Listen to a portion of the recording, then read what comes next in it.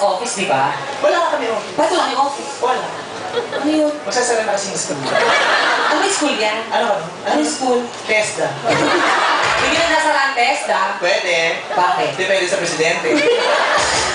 Bakit nga lang hindi nagsasara ang testa? Nag-enroll ka na.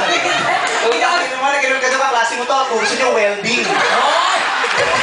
Yung mukha mo, project mo pa. Ito pinakita mo doon sa professor, sabi, ay, tangin ang ganda ng pagkakahingan, walang bakat.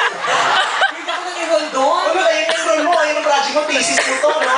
Kung tangin na, sabi, tangin ang tambucho yan, nakadamit ka.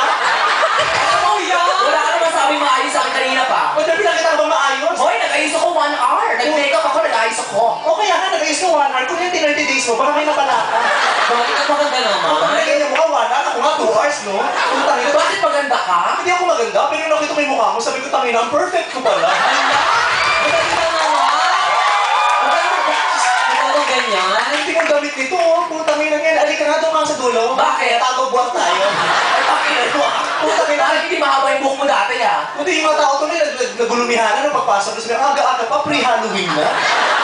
Tangina mo kain, baka ka ba? Tangina mo kain, basket na bukas pa. Bakit ba kami lalait-lait? Hindi kita nilalait.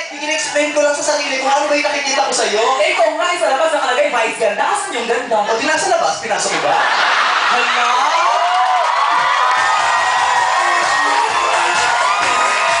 Hindi na kino-question, vice ganda. O bakit saan mo nabasa?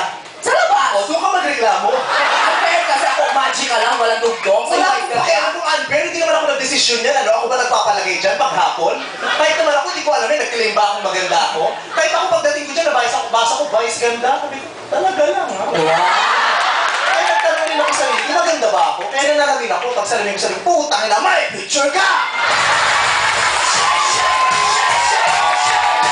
Kasi talaga sa sarili ko, maganda ka. In fairness sa aura mo, Gretchen Barreto ka ngayon. Oo naman, yung sa itsura mo, putang ina, parang kang tawag ng PLDT ni Tony Boy. Wala mo ayos na masabi.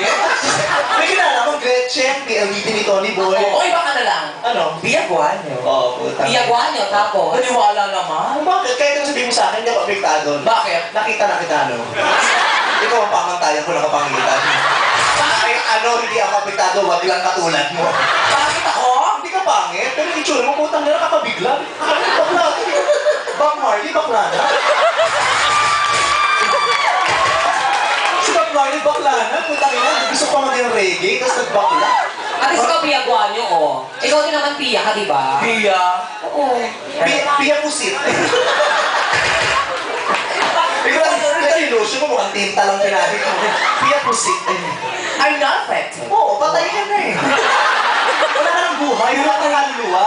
Putang na hangin ka lang, polluted pa. Bakit naman? Ikaw ang dumi, putang na, doktor ng smoke belching ko. Alam mo, parang tayo pagkaibigan, ginaganyan-ganyan mo ako. O hindi tayo magkabigan, dahil hindi kita in-accept sa Friendster. Huwag ka naman ganyan. Pagkabas sa mukha niya, tangin lang yun.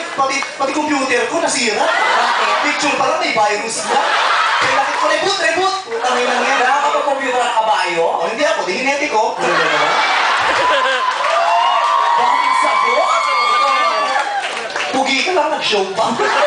Pati o kabayo, nag-show din. O hindi pwede, o. Kunyari, karera to.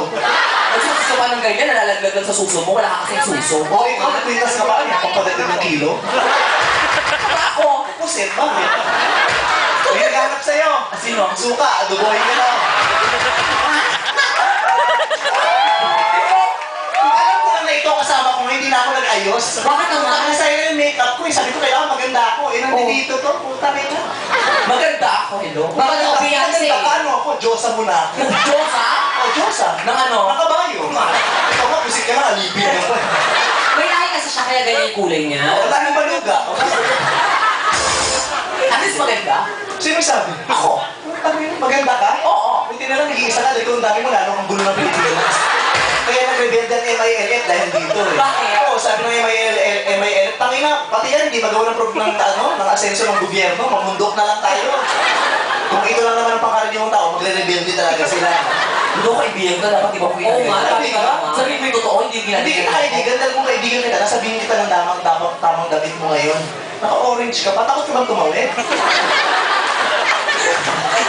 Hindi na mo kaya, no? May aksidente ba kanina? Kailangan pa sa unahan ka? Kasi ako naman sa sapatos, kung ba't ganyan yung tsura niya. O bakit? horseshoe, suot ng sapatos sa babae. Ikaw, puset, nakasapatos. Oh, bakit? Flipper. Mabilis ng lakoy. Siya naman, ba't ako inaano mo lagi? Parang lalaitin ko, gandang bakla. Tangka ikaw kasi, tigas ang ulo ko, hindi ka magpahinga, pumasok.